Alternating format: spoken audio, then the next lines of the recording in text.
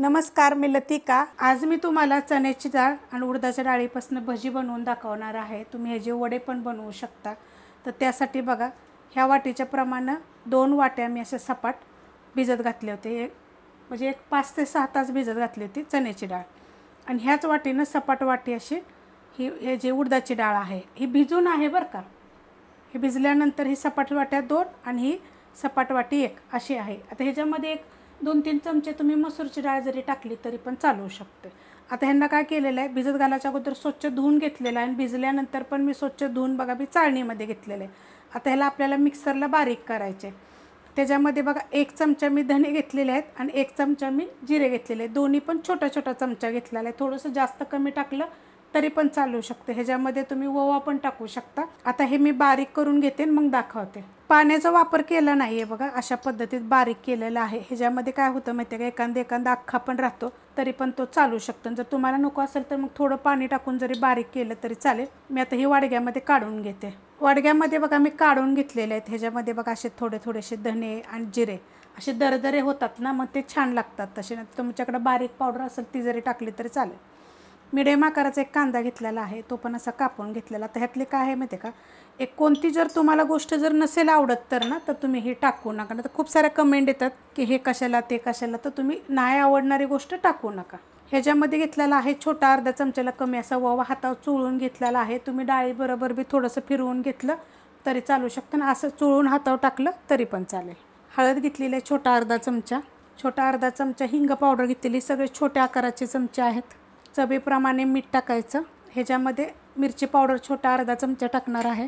आलं लसूण आणि हिरवी मिरची, आणि हिरवी मिरची जी टाकलेली आहे ही पोपटी कलरची मिरची ह्याच्यामध्ये टाकलेली आहे। तुमच्या तिखटाप्रमाणे टाका। आणि जी ही मिरची पावडर जी टाकलेली आहे तिखटवाली पण आहे आणि कलरवाली पण, तुमच्या दोन्ही पण तिखटाप्रमाणे तुम्ही टाकू शकता। आता ह्याच्यात टाकणार आहे मी कोथिंबीर थोडीशी। कोथिंबीर मी बघा सगळी टाकून घेतलेली आहे, थोडीशी जास्तच घेतलेली आणि त्याची एकदम कवळी देठं पण घेतलेली आहे। आता ह्याला काय करायचं, पहिलं चांगलं फक्त मिक्स करून घ्यायचं। मस्त असं बघा मी मिक्स करून घेतलेलं आहे। त्याच्यामध्ये आता आपल्याला एकदम थोडंसं पाणी टाकायचं आहे बघा, हातावर घेतलेलं आहे एवढंच आपल्याला पाणी टाकायचे आणि जेवढं होता होईल एवढं ना हलक्या हातानं असं मिक्स करायचं। मस्त असं बघा हलक्या हातानं मी चांगलं मिक्स करून घेतलेलं आहे। तुम्हाला हवा असेल तर ह्याच्यामध्ये 1 चमचा बेसन पीठ टाकू शकता। 1 चमचा जर पाहिजे असेल तर तुम्ही तांदळाचं पीठ टाकू शकता। खूप छान होतात बरं का, नुसतं जरी असं केलं तरी पण चालू शकतात। हे चांगलं मिक्स करून झालेलं आहे। आता आपण बनवायला घेऊया। तवा ठेवलेला आहे गरम करायला आणि त्याच्यामध्ये तेल पण मी ओतून घेतलेलं आहे गरम करायला। गरम झालेलं आहे चांगलं। छोटे छोटे पकडायचे।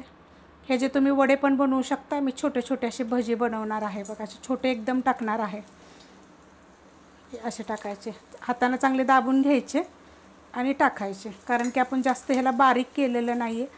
असं आपण सांडग्याला कसं करतो त्या पद्धतीत केलेलं आहे। जर तुम्हाला ही भजी म्हणून जर खायची नसतील का नाही, तर तुम्ही थोडेसे तळून घ्या आणि ह्याची तुम्ही जर भाजी बनवली तरी ग्रेव्हीवाली वगैरे सुक्की बनवली तरी पण चालू शकतं। आता हे मी थोडेसे टाकून घेते। जेवढी बघा तव्यामध्ये बसतील का नाही तेवढी मी टाकून घेतलेली आहेत। आणि गॅस आहे मीडियम। आपल्याला हे मीडियम गॅसवरच फ्राय करायचे आहेत। ह्याच्यात तुम्ही ना पालक टाकू शकता बारीक कापून।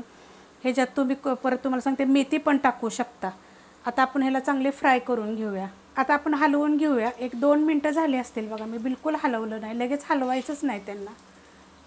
भजी सोडल्यानंतर कसा फेस येतो ना, थोड्या वेळा जर फेस थोडा कमी झाला का नाही मग हलवायचं। आणि ह्याला ना गोल्डन कलरवर फ्राय करायचं। तुम्ही ह्याच्यामध्ये आळूची पानंसुद्धा बारीक एकदम कापून टाकू शकता बरं का, ती पण आपल्याला खाल्लेली चांगली असतात। तर तुम्ही ह्याच्यामध्ये 1-2 पानंसुद्धा बारीक कापून टाकू शकता। तर ह्याला मी गोल्डन कलरवर फ्राय करून घेते। मस्त असं बघा गोल्डन कलर आलेला आहे आणि एकदम कडक असे फ्राय झालेले आहेत। आता आपण ह्याला काढून घेऊया। तर असे चांगले नितळायचे। हे तेलकट वगैरे होत नाही। तुम्ही जर कुठं प्रवासाला जर गेला ना तर थोडेसे आपले बनवून जरी नेले का नाही एका दिवसासाठी तरी पण चालू शकतं। कारण काय होतं, असं खायला काहीतरी असं वेगळं असं वाटतं। ह्याच्याबरोबर खरडा 2-4 मिरच्या तळून जरी तुम्ही नेल्या तरी चालतील। तुम्हाला मी गरमच एक तोडून दाखवते। हे बघा एकदम कुरकुरीत कडक आणि खूप चविष्ट लागतात। करून बघा एकदा। रेसिपी आवडली तर लाईक करा, सबस्क्राईब करा, कमेंट करा आणि शेअर बी करा।